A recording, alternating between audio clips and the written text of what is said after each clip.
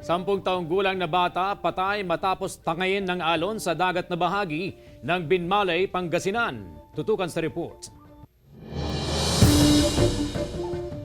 Hindi na matutupad ang pangarap na maging pulis ng 10 taong gulang na si Bobby Gumapos matapos malunod habang naliligo sa dagat na bahagi ng Binmalay, Pangasinan. Kwento ng kaanak ng biktima. Mula sa barangay Pugo Chico sa Dagupan City, nagtungo sila sa Binmalay Beach para magbanding at ipagdiwang ang kaarawan ng isang kaanak. Sobrang hindi ko matanggap yung pagkamatay ng anak ko.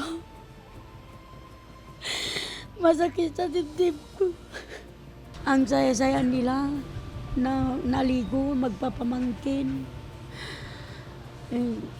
Siyempre, hindi namin kagustuhan yung nangyari sa kanya. Sinubukan naman ng iligtas ang biktima ng kanyang kuya pero mabilis na lumubog sa tubig si Bobby. Magkakasama sila ng mga minors na mga kasama niya.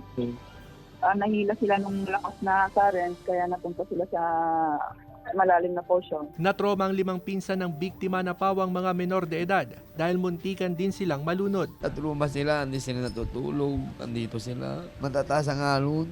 Kung alam kami nangyari, hindi kami nag-swimming. Wala akong kwenta, hindi ko naligtas yung bata. Anak ko.